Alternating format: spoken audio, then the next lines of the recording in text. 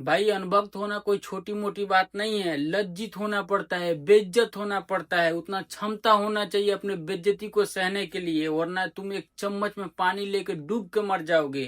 देखो कैसे इनकी ये लग रही है।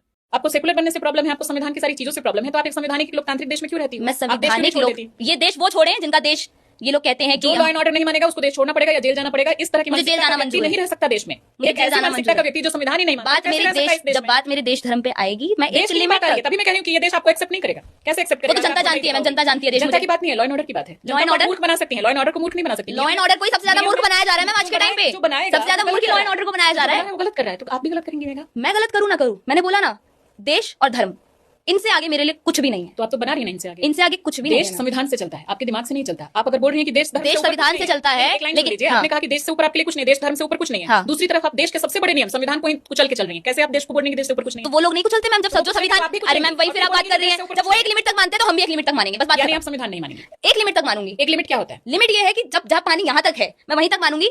जहाँ आप बोलेंगे कि हम भारत के टुकड़े कर देंगे या फिर हम महिलाओं को इस तरीके से करेंगे, जिस तरीके से रुचि के साथ में किया गया, उन सारी चीजों आपने को। स्टडी कहाँ तक की है? मेरी ग्रेजुएशन कंप्लीट ग्रेजुएशन है पॉलिटिकल साइंस से। पॉलिटिकल साइंस, आपका करस्पॉन्डेंस से किया या डेली आप कॉलेज जाके करती थी पढ़ाई? करस्पॉन्डेंस से, क्योंकि मैं उस टाइम पे प्रोडक्शन का भी कोर्स कर रही थी, ये भी लोगों को नहीं पता है। मुझे लगता है कि आपको एक बार फिर से सही तरीके से पढ़ाई करने की जरूरत है। आप मुझे वो पढ़ाई करनी ही नहीं है मैम। तो आप जब पढ़ाई का ही समर्थन नहीं करेंगी तो फिर आप वो पढ़ाई नहीं करनी मुझे, जो पढ़ाई आप करने के लिए मुझे कह रही हैं, जो मुझे सेक्युलर बनाए, जो मुझे एक बांध के रख दे। देश में आप कि आप गलत को गलत नहीं बोल सकते, आप गलत को गलत नहीं बोल सकते। आपके वहाँ मुझे नहीं, वहाँ मुझे करना ही नहीं। अगर आप सही तरीके से पढ़ाई करोगी तो ही आपको पता चलेगा कि सही क्या है गलत क्या है। अगर आपने सही ढंग से पढ़ाई ही नहीं की, आप संविधान के खिलाफ हो, आप बुक्स के खिलाफ हो। किसने कहा मैं संविधान के खिलाफ हूँ? लिमिटेड मानूंगी, लिमिटेड मानूंगी, मैं एक हद तक मानूंगी संविधान को। मैं एटलीस्ट संविधान को मान तो रही हूँ। मैं एक समुदाय है, मैं एक समुदाय है जो संविधान को बिल्कुल ही नहीं मानता। देखा, आपका पूरी तरीके से अभी मानसिक विकास नहीं हुआ है। स्टडी करो, नहीं तो आप मुझे संविधान मंजूर को है, नहीं मानोगी तो मुझे कैसे इस मंजूर देश है। में एक सही नागरिक के तौर पर मुझे मंजूर है। आप स्टडी करो। वो लोग सही नागरिक की तरह रह रहे हैं ना, तो भारत को फिर वही बात, आपके थाली में अगर कोई मछली खाएगा, आप नॉन वेज नहीं खाती, तो उसकी थाली में आप उठा करके क्या सुअर खा लोगे?